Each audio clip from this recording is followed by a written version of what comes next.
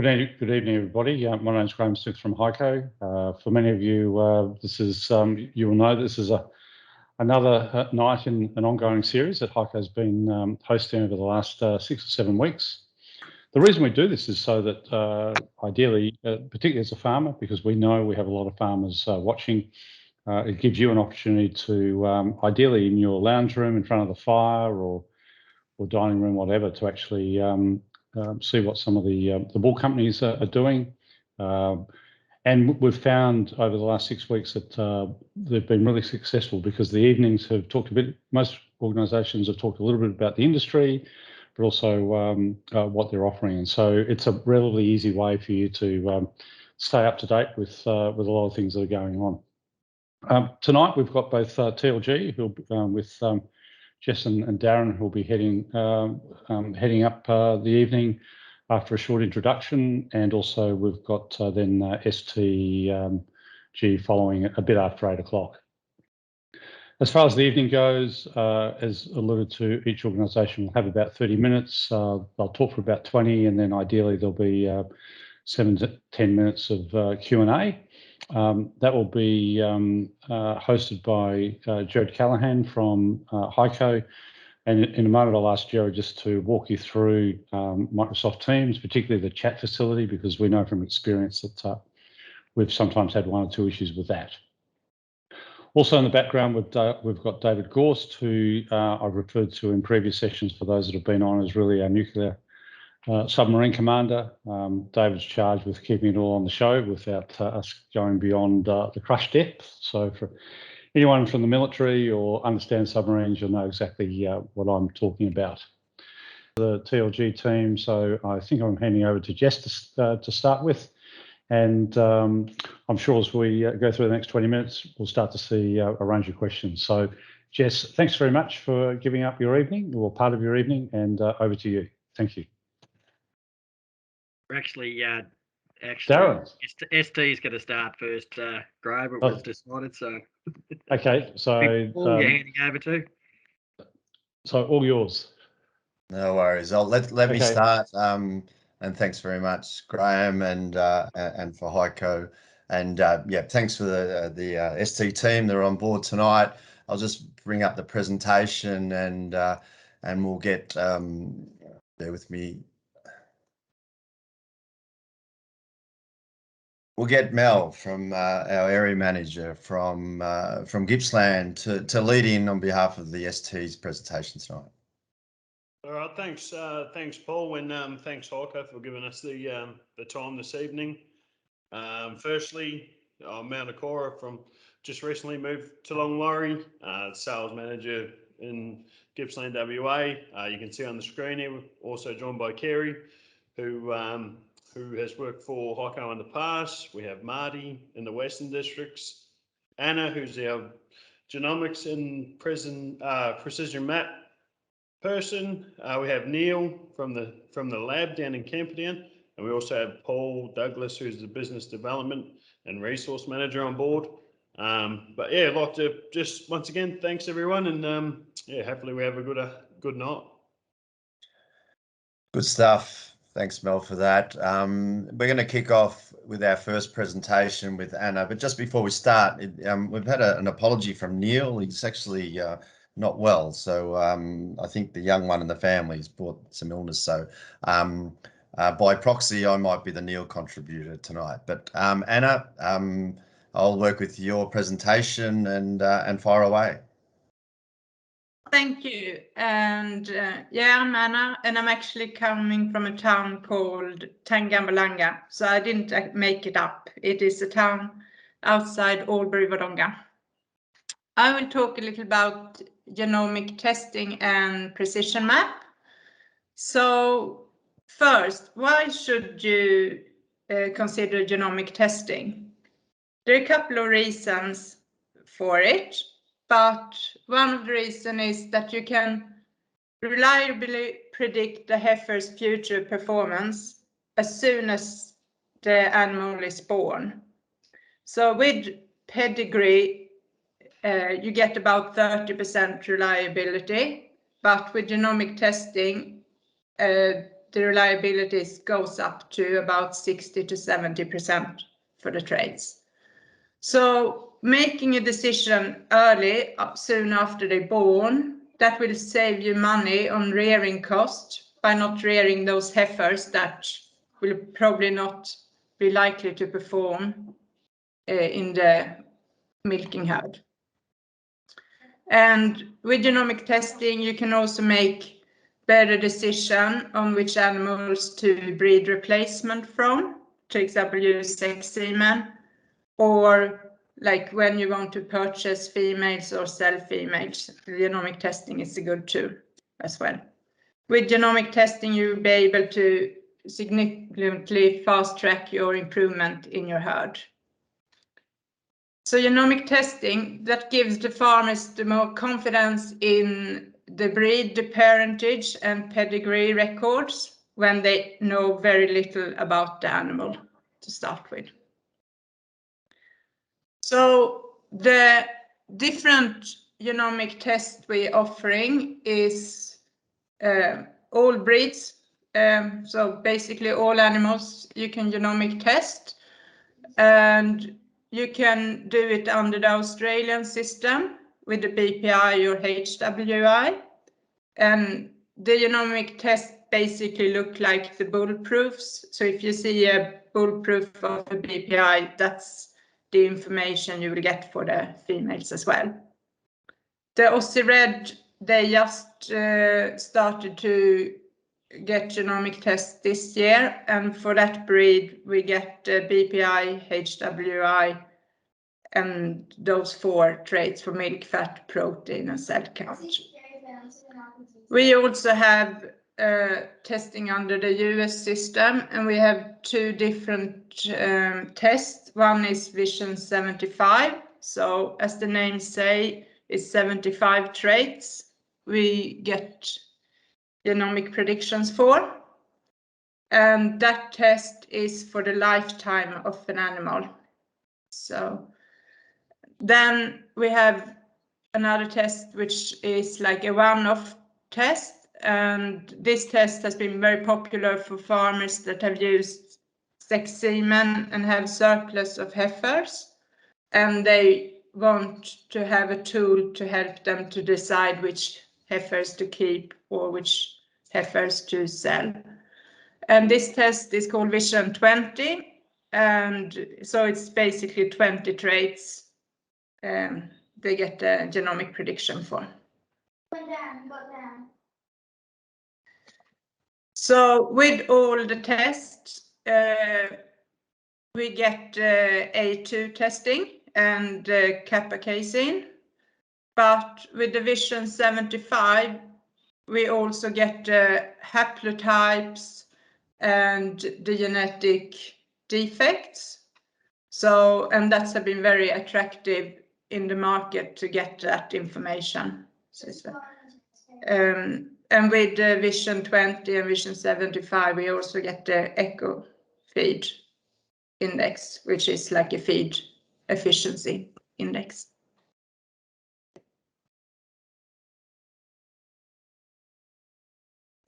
So with genomic testing, another service we can offer with animals that have been genomic tested is chromosomal mating.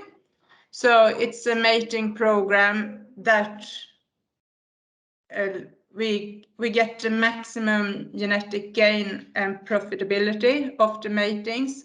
But what's very unique with this program, it's also account for inbreeding depression.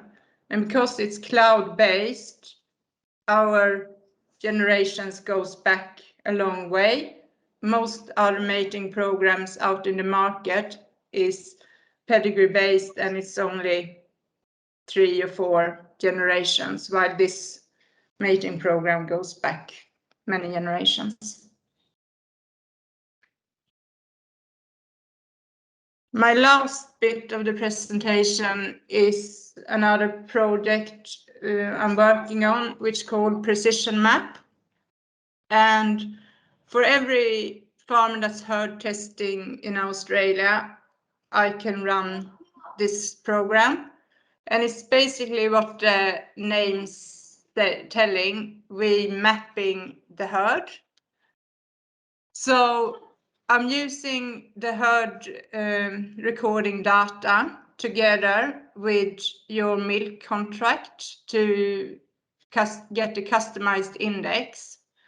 And with that index, we then rank the herd and benchmark the herd against like the Australian population. And so this program makes, sorry, someone, I just got something popping up here.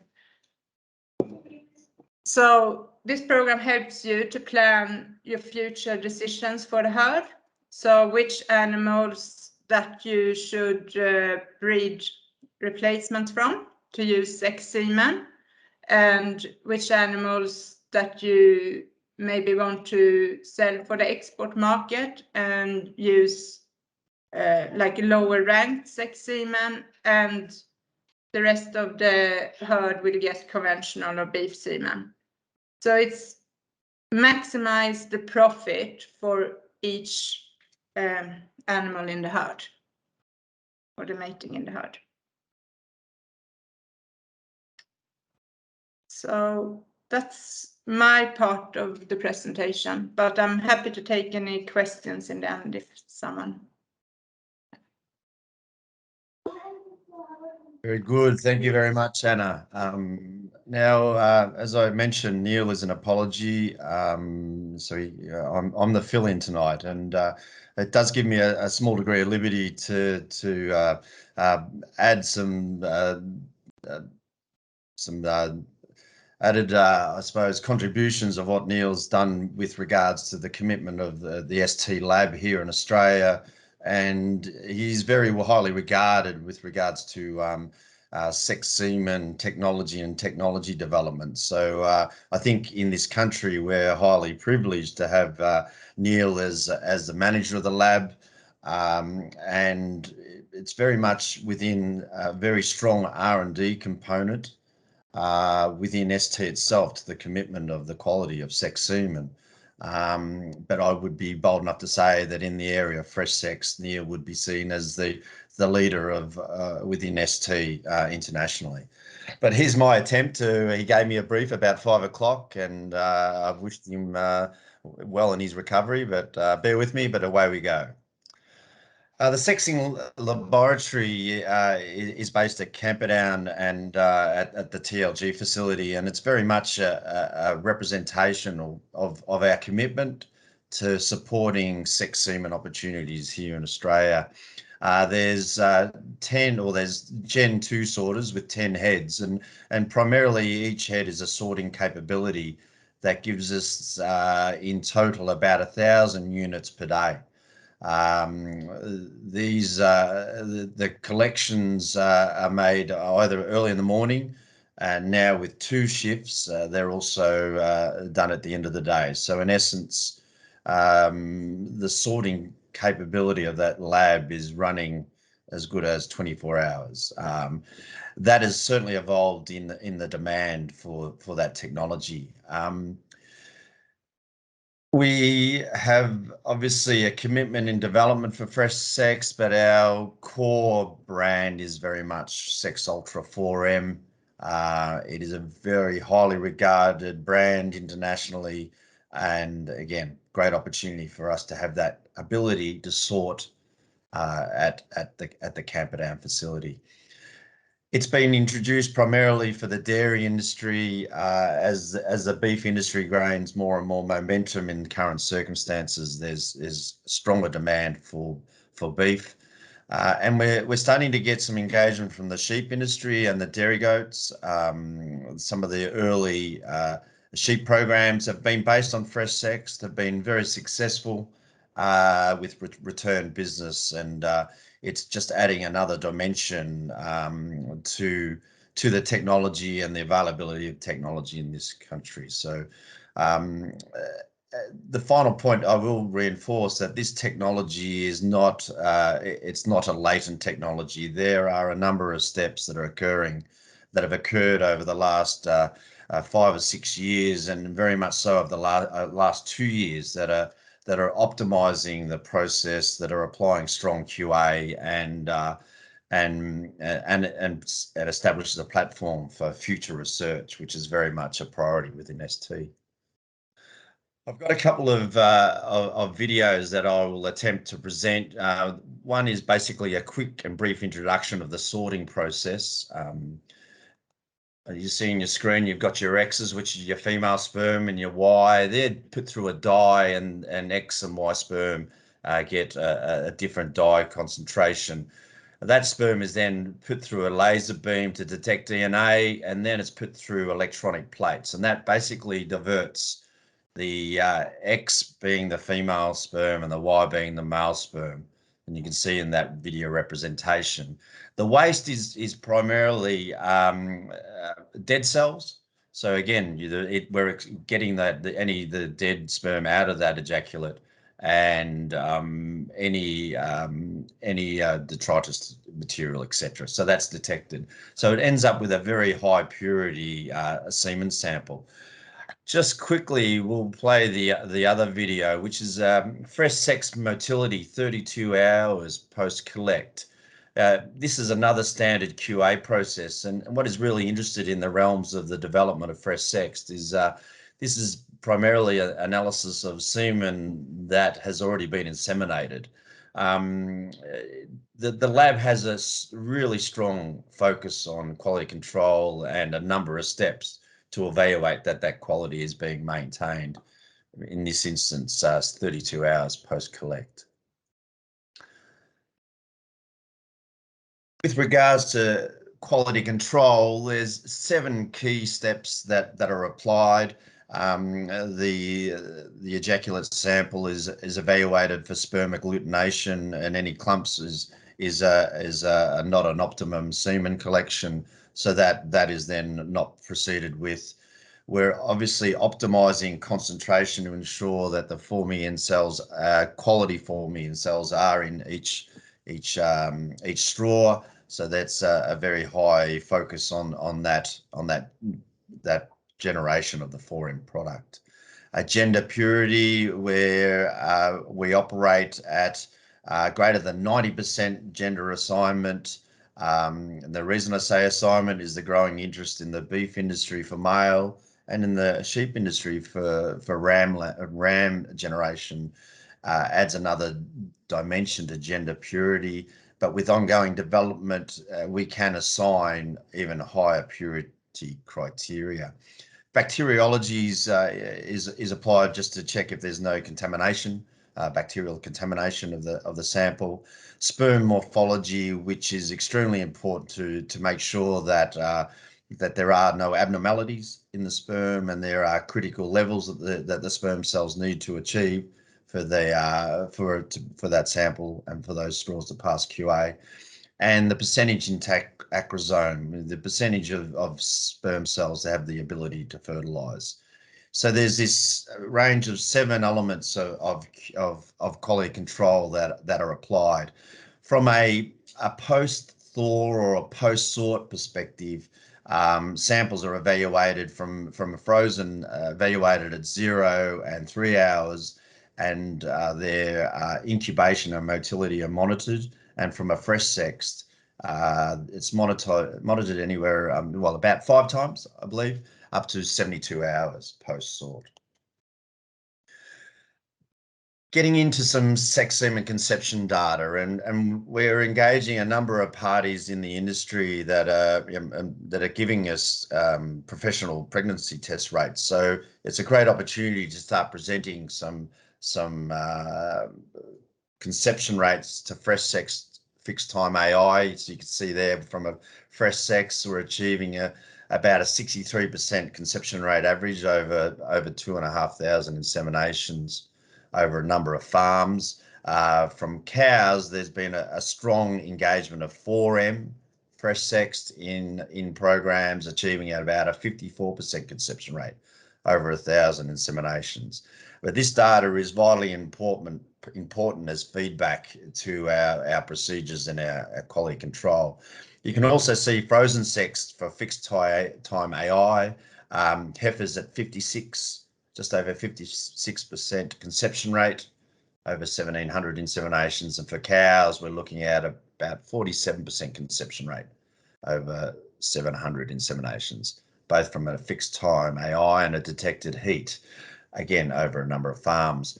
The key element at the bottom right hand of the slide, the presentation, is that the objective is for fresh sex to be equivalent to conventional frozen conception rates, and with conventional frozen being a little higher than frozen sexed.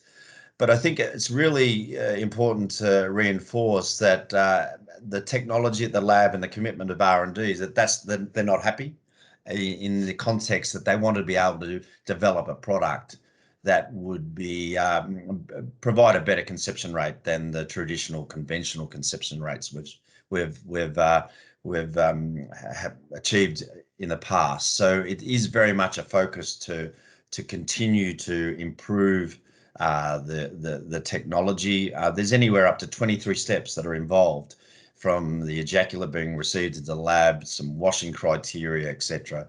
Fascinating, the technology and the commitment, but it is generating some very, very good successes in sex semen sorting.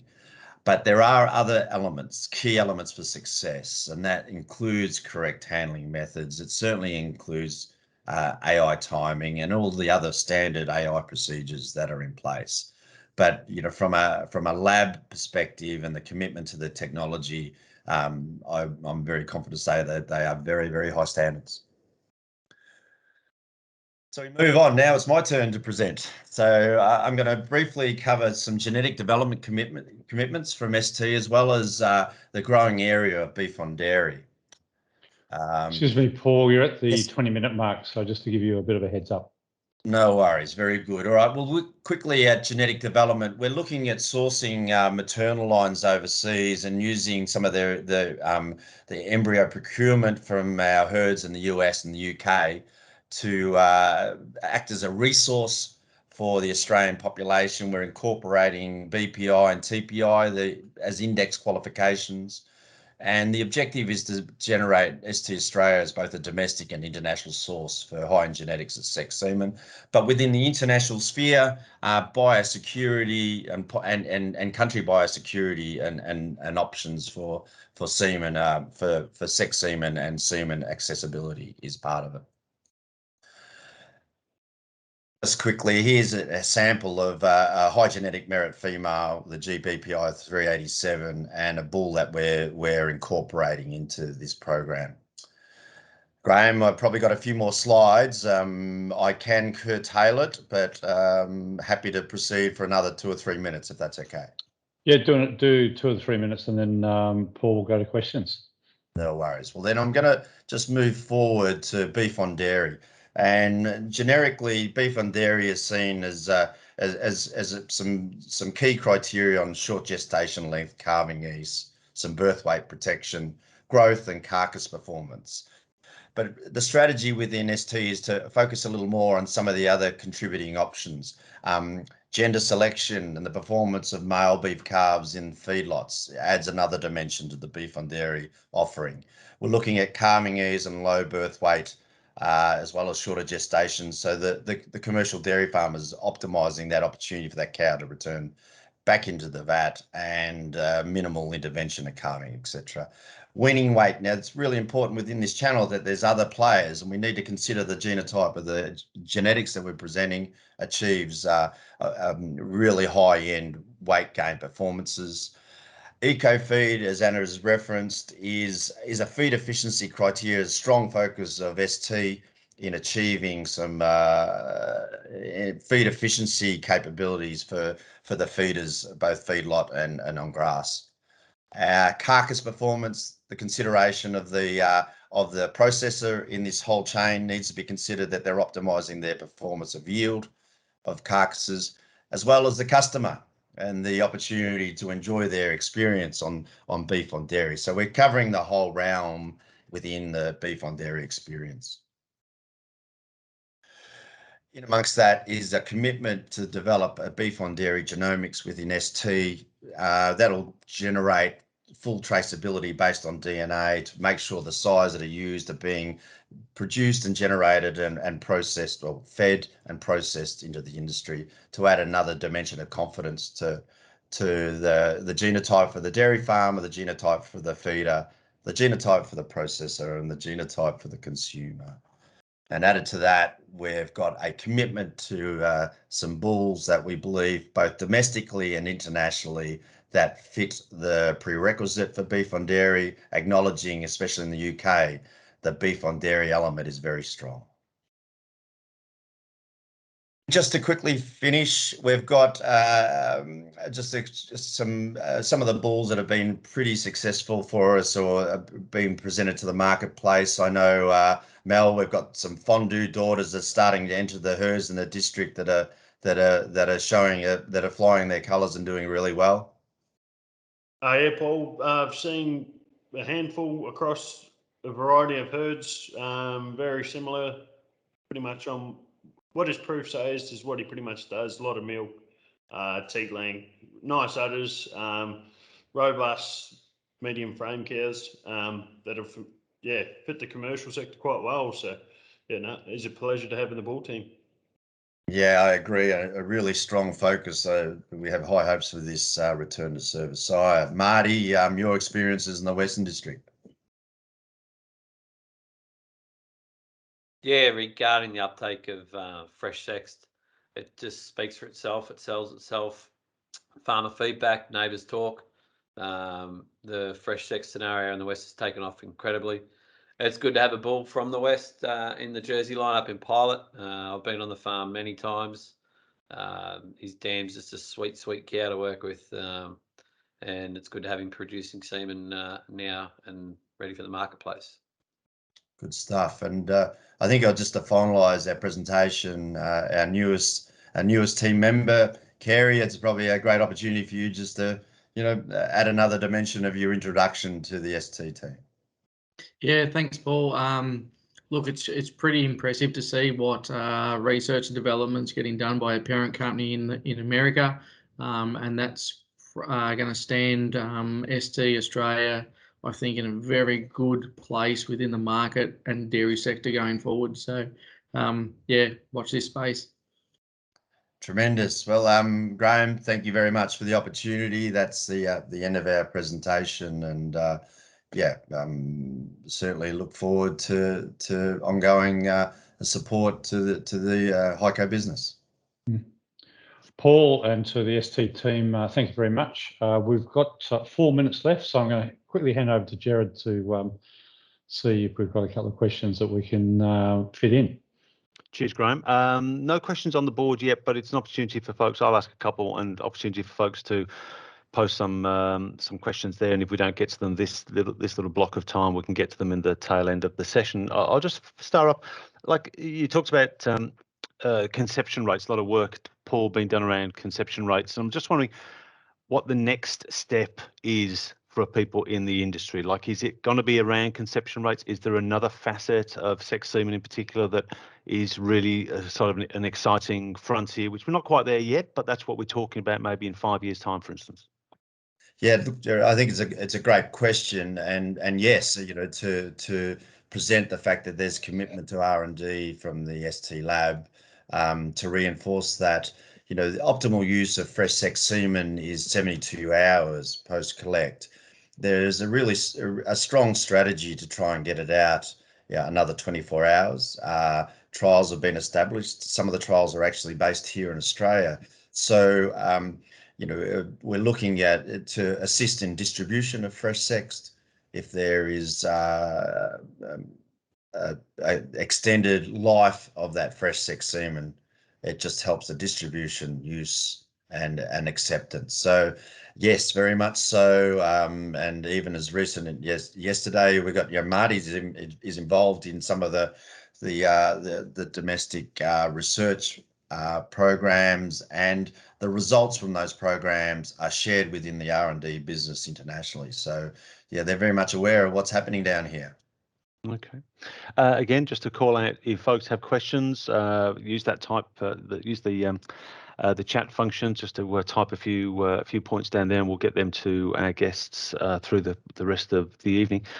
What sort of and I guess it might be a question to Anna. I'm not quite sure, but anybody in the team can certainly take it. Like, obviously, there's a wealth of data that comes from genomic testing. Like, are we in the? It's just a general response I'm looking for. Are we really using all of that in the Australian sector? Are we still just skimming the surface of it because that's all we can actually manage at the moment? What's your sense of that? I know Anna did speak to the genomic testing at the beginning of the presentation, but anybody from ST, if you want to take that on. I guess I can start off. I think there's so much data out there, and I think what I found, a lot of farmers don't really know how to utilize all this data that they have and can get access to. So I think there's an education process that we like, and we are part of that, to be responsible to help the farmers to understand their data. Yeah. Okay. Obviously, Anna, a European accent. Are we using? I'm just wondering whether you can compare and contrast. For is it Holland? Is it further north in Scandinavia? Like, are those countries using data more than we might be, for instance? Yeah, like I'm coming from Sweden myself, so and there is a long tradition to utilize the data, and like from in Sweden, for example, 90% of the farmers herd recording, and compared to here in Australia, I think we are 40 to 50%, and yeah, it's just different. Different cultures. Yeah. Yeah. Excellent. Thank you. Unless there's any other input from the ST guys, and it's been a really interesting presentation. I've sat through a few of these over the last 3 or 4 weeks. All been really interesting, but a really polished sort of presentation. One question which has just come in, I'm interested in learning more on how the herd test data can be used. That's rather a large question. Anna, I don't know whether that's something that you want to talk to again. We'll get you off that mute button, and you can give us your 2 bobs or two kronas worth, perhaps, or Phoenix, whatever the euros, whatever it is. I forget. Yeah. She's welcome to contact me, and like my first suggestion is that I can run the precision map program, utilizing the herd recording data with that. And then, yeah, the next step going from there would be to go genomic testing to get. Yeah. Excellent. All right. Thank you very much. Thanks again, ST. Really good presentation. Really appreciated listening in on it. Thank you. Graham, I'll hand you back to you, mate. Yeah, thanks, Jared. Let me just mirror your comments. It was a very good presentation. And Anna, I know exactly where you live because my grandfather built one of the first banks in Tangambulanga in the 1930s. So it's a beautiful part of the world. So I hope you're enjoying it, given you're a fair way from home. Right, I'll get it correct this time. So we're now going to hand over to the TLG team, and I think Jess is going to start. And given that we're running just a little bit short of time, we'll still do our 30 minutes, but we must finish before the 8:45. So either Jess or Darren, I'll hand over to you. Thanks very much, Graham. It's a pleasure to be here tonight and have sat in and watched some of the other presentations that have been done by the other companies, and I think it's a great initiative from Hico. So, congratulations to you guys for doing this. It's an excellent thing. I'll be fairly brief tonight. It's late night, so I guess the aim of our presentation tonight is to really make people aware of TLG in Gippsland. TLG has obviously been, very widely known in the Western Districts and maybe more in Northern Victoria, but probably haven't had a great exposure in Gippsland. And I took on the role with a sales manager with TLG when Paul actually left and went to ST earlier this year. And I live in Langatha, so I'm a Gippsland boy, farmed here. So I know the area. And want to really promote TLG into Gippsland, and specifically with Hico. You know, I've had a very good history with Hico in the past, so it's part of the future for me. So a bit about TLG. TLG was born out of an idea from Shane and Erin Ashworth back in about 1989. They had a vision for an independent semen and embryo collection business. You know, they could see the benefits to having a collection in Australia. They were very forward thinking. They could see that embryos and sex semen and the likes of this was the way of the future, and that's sort of where TLG has been born from. As I said before, TLG's based in Camperdown on the Princess Highway over there. When the facility was first opened, semen companies were very quick to see the benefit to collecting bulls in Australia. In fact, some of the bigger companies really embraced and took it on. Feather in the cap to TLG, the first 1 million dose bull to be collected in Australia was actually collected by Total. That was Ladino Park Talent. So I don't know whether with the age of genomics we'll have too many more 1 million dose bulls in Australia, but that was he stood there at TLG. TLG's also heavily involved in cutting edge technology around embryos and IVF. So not just in the dairy, but in the beef industry as well. So there's a lot of people that are looking for that technology, and the state of the art facility that they've managed to build there at TLG is great. So about 2015, TLG started to actually collect and market their own bulls into the dairy industry, and they've really grown from there. There's a lot of work and time going into breeding the next generation of bulls. We're really trying to use the best semen from Australia to try and produce the best bulls for Australian conditions, and we're Australian company, and that's our target, is to breed bulls for the Australian industry. So you see the picture on the screen there. It's probably one of the more successful bulls that Australia's seen. He's a TLG bull. It's a Zippet Morand. This bull's actually really exceptionally is being used in just about every dairy country around the world. Exported extensively, used extensively in Australia. Daughters are just starting to hit the sheds and that in Australia now, and the demand for this bull is astronomical.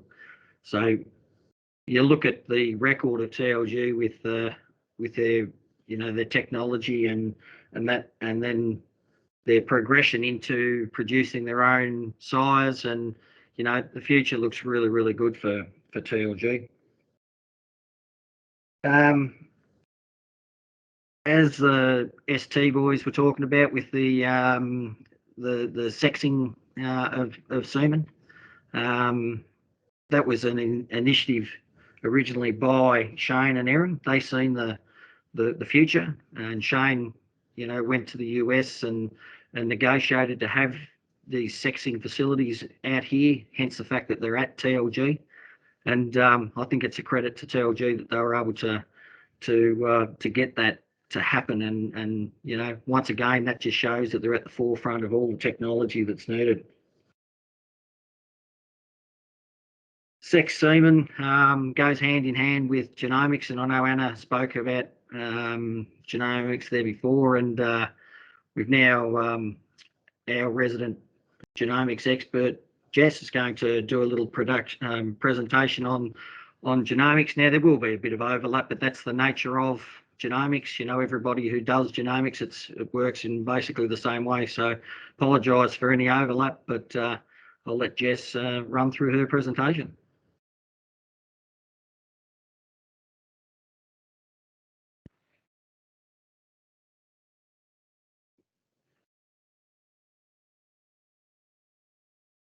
Just muted there, Jess, I think.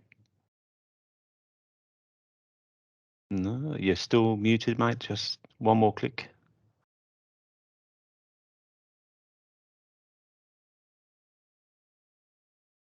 Oh, you're unmuted, but we're not hearing you. I don't know what the go is there. Can you do like at the press conferences? Can you sign it?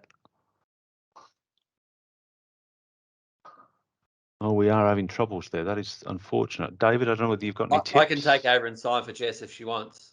Okay. We had Jess on audio earlier, so I don't know what the problem is there. David, any thoughts?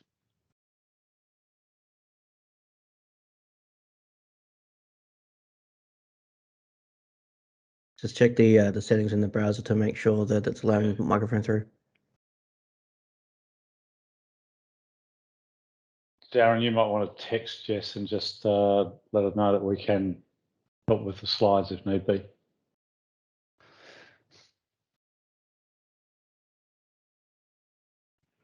Can you hear Jess? Yeah, we're just letting her back in, I think.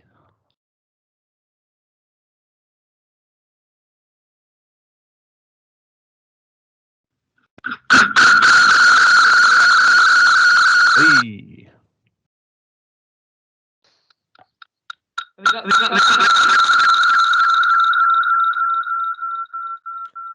You're gonna need to Yeah, leave that one on. Jess has got a connection issue at the moment. Can you hear me now? Yep, it's better. Oh, beautiful. Can you see me as well? Yep. Yep. Perfect. All right. Back in action. Sorry about that delay. Perfect. Yeah, so I'll just quickly go back. Yeah, as Darren said, we will have a couple of things that will overlap. That's just the nature of genomics. For you, anyone who doesn't know me, my name is Jess. I'm the genomics coordinator at Total Livestock Genetics. I've been with TLG for just over 2 years now, so it's been a bit of a steep learning curve. I think nearly everybody else in my friend group at high school either came from dairy, beef or breeding background. I think I was about the only one that didn't. So it has been a massive learning curve, but has been a very, very exciting new venture from my previous work in the past. So I suppose I'll just get started. All the samples that we, I suppose, posted in and we help go and collect are all tested here in Australia. So we keep the work in Australia here on Aussie soil and helping to cut down that turnaround time as well. So I'll just touch on a couple of the base testing as well as the additional testing we can have, if we can have the next slide. So we've just got up on the screen there, the base testing options that we offer is our Identity Essential, Identity Select and Aussie Select.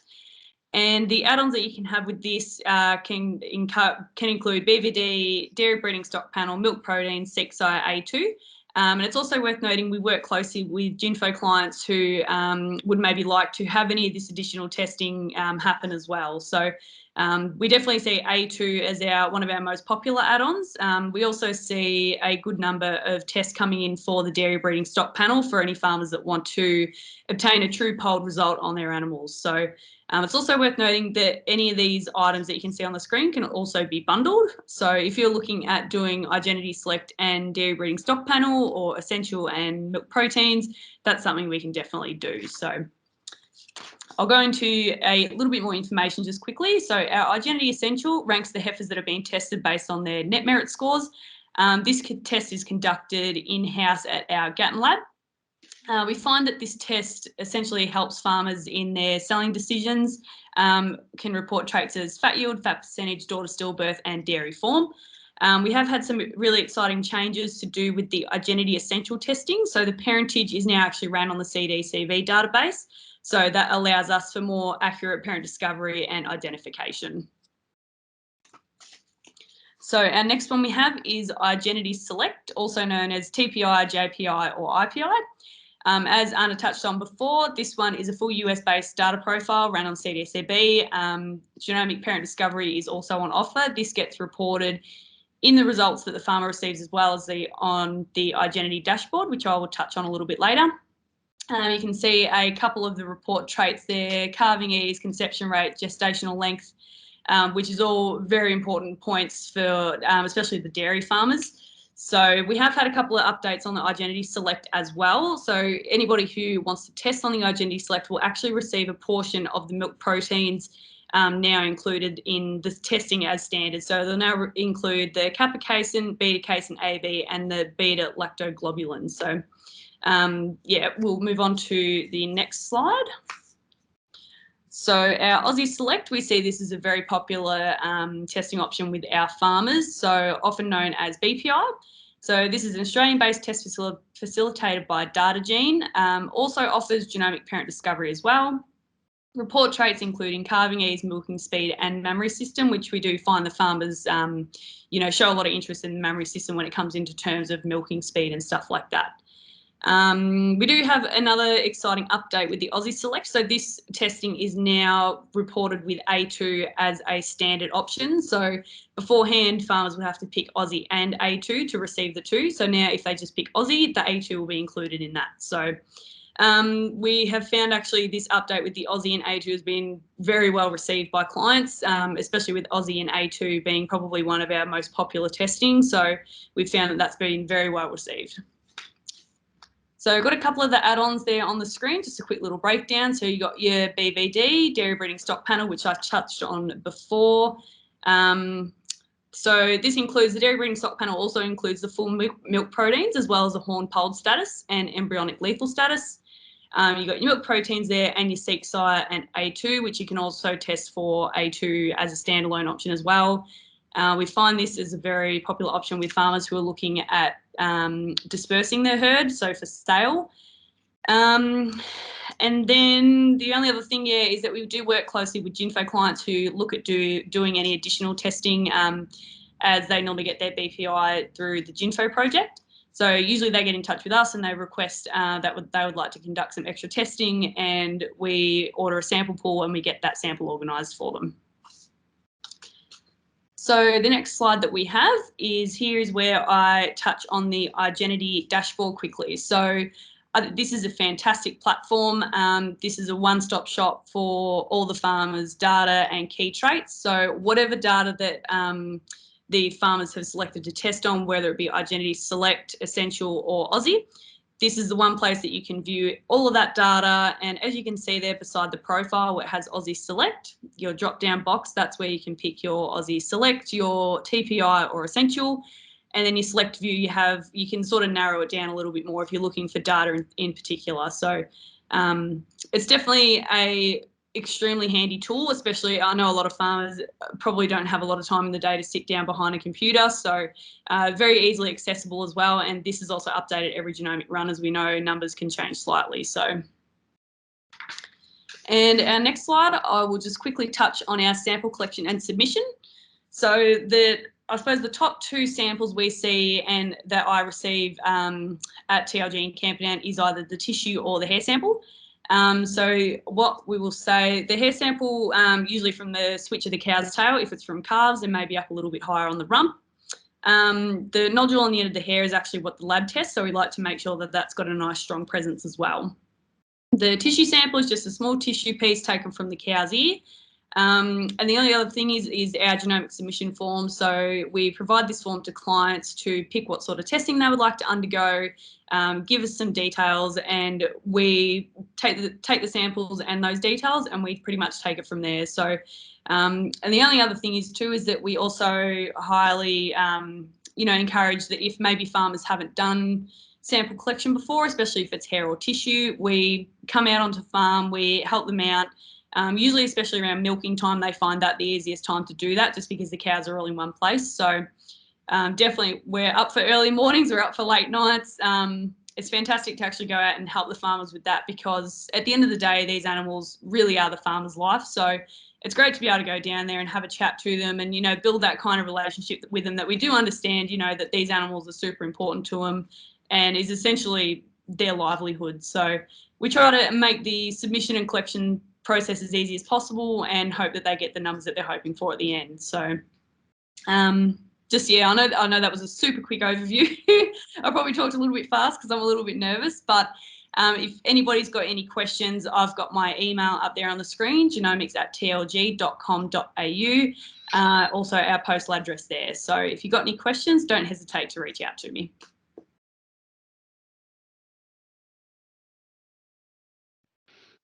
Thanks, Jess. You did a fabulous job. I think we're all quite nervous doing these presentations, but that was great. I think the big message we're trying to get through with you know, the TLG side of things and genomics is that we're Australian. You know, recently we were purchased by Genetics Australia, as most people would know, but the business is being run as a completely separate business. So we are TLG. You know, you've got me to deal with on the sales side. You've got Jess in genomics. You've got all of the girls in the office still doing their roles. So it's there's no changes. It's business as usual. And you know, we're here to work with Hico and the farmers of Gippsland, and not just Gippsland, but all of Australia. So just one other thing I want to touch on is around the bulls that we do offer. Won't go into details greatly, but one of the focuses that we have made over the years is towards the polled side of breeding. We have some exceptionally good polled bulls at the moment. We've some great relationships with some farms like Vala Holsteins, for example, and we've got some great polled animals coming out of there. So, you know, if you're looking for that polled, you know, we're certainly should be high on the list.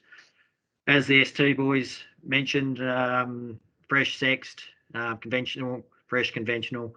You know, it's the big misconception around the fresh job is the logistics of getting it to the farms.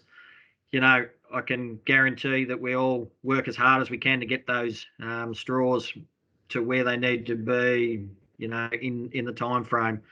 We have fresh going to Western Australia. We have fresh going to Tasmania, New South Wales. So, you know, if you're in Victoria and you want to have a try of fresh sex, give us a call, because it certainly is a way of the future, and it's an amazing product. That's probably about all from TLG. So I'll probably hand back over to Graham. But once again, I just wanted to thank everybody for inviting us on, and it was a great forum. Thank you, Darren, and thank you, Jess, particularly given a few difficulties that you had, but you responded well. It's so well done. We've got 5 minutes for questions, so I'll hand over to Jared, and you can be our conductor, Jared. Oh, no worries at all. Jess, just a question for you. I think you're in Western Vic, but you're based where precisely? Just somebody's asked regarding that. Yep, so I'm based at the Total Livestock office, which is in Camperdown, Victoria. Okay, good stuff. A question that's just, it's not off the chat, and we do have 5 minutes or so. So if people have questions, please do get on the keyboard and pop something down there. But I guess a question that came to me as you were speaking, Jess, was there is so much data there. And I think I'm right in saying that, you know, the dairy industry is using a relatively small proportion of that. Just from your professional point of view and with that educational background, what is it you think needs to happen for the industry to sort of grab some of this stuff with a little bit more assertively, I suppose? Well, I think the main thing is that you know, as Anna touched on before, I think it's sort of like, it's a little bit like a hidden gem. I think, you know, we sort of need to bring that introduction to farmers and let them know that this type of data is available to help them out at the end of the day to make, you know, really important selling decisions, really important breeding decisions, and especially just linking back in with sex semen. We find that, you know, the higher ranked heifers in the herd tend to get the sex semen, and then the middle group sort of get conventional, and maybe the heifers that rank a little bit lower get beef. I know Anna touched on before, especially testing your calves early on can actually save a lot on the rearing costs as well. So the rearing costs that you save from selling those calves, it can be put back into the sex semen to be allocated to those, you know, higher ranked heifers. So I think it's more so just, you know, getting this data out there and educating the farmers that this is a really helpful tool and that it's here to help them at the end of the day. Yeah, I'd point people towards the seminar we had last Thursday night with Richard Shepherd, a veterinarian, and Beth Scott, PhD student, looking at genomics and making better breeding decisions effectively. It's a really interesting seminar, and that's also on our YouTube channel. A question again, you've got a few fans, I think, Jess, growing here. How far would you travel to help train farmers? But I wonder also whether this training could also be potentially done in a forum such as this, for instance. And I guess that would be extended also to Anna from ST. There's a knowledge in both of your bases. Yeah, definitely. So we definitely find, you know, especially like I mentioned, that farmers have never done genomic testing before. It can be a little bit daunting, especially if it's a hair sample. You know, they think, is it enough hair, or, you know, have I done this the right way? Is it clean enough? Especially with the tissue sample as well. Just trying to work out the applicator can be a little bit daunting as well. So I think it would be actually very beneficial to sort of run something similar to this to show farmers, you know, how to collect samples and stuff like that. Because I know we do receive samples from all over Australia. So I know there's obviously we can't really go out of state at the moment, but given within reason, we try and stay sort of local, but it really just depends on where they're based at if we can get to them as well. So Sure. Okay, super.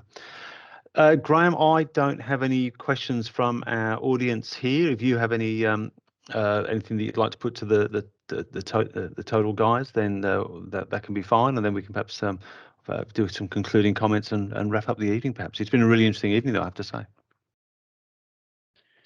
Thank you, Jared. Probably no questions. It's more just a quick comment. It's as said at the beginning tonight, this is the sixth time we've done something like this over the last little while, and it's interesting. We've I think for everybody, it's been putting a toe in the water. But I think partly to follow on from the last question, while it's never as good as face to face, particularly in the COVID environment, as we all know, that's been incredibly difficult. Many of us have become sick and tired of virtual meetings, whether it be Zoom or Microsoft Teams or whatever. But I think the key point is that when used properly, and hopefully tonight is a quick example of this technology and the type of thing we're doing tonight, I think does have a place, and it will become part of what Hico does in the future. It's another tool in the kit bag, and so I think the response all round has been pretty good if you use the technology properly. And so being able to do the types of things that Jess talked about before, and also Anna, is something that would be keen to explore a little bit further. So to both Darren, Jess and the team, and also earlier to ST Genetics, thank you very much for tonight. For those that have been on regularly, you'll know that Hico's 1800 number for people to follow up tomorrow is 1800 444 266. That's 1800 444 266, which just thanks to Dave appears majestically on your screen. Next week we'll have we will have another session. It'll be slightly different in some ways, and I'm not going to tell you any more than that, but stay tuned. Look out for the Hico publicity probably on Monday, around next Thursday. Also, as we said earlier, this will be on, as Jared said earlier, this will be on our, in essence, the YouTube channel either later tomorrow or on Saturday, hopefully later tomorrow, providing we have no technical issues. And for those who have been tuning in regularly, I think what you can see is the different approaches and also the similarities between a whole range of companies operating in this space. And so, as said at the very beginning, Hico is trying to ensure that we help facilitate good information, so that ultimately you make better decisions with regards to your genetics and your overall breeding. So again, I hope you've enjoyed tonight. Thank you for tuning in. We're pretty much right on schedule, and so thank you. Enjoy the rest of the evening, and look forward to seeing you in our virtual space, ideally next week. Thanks again, everybody. Good night.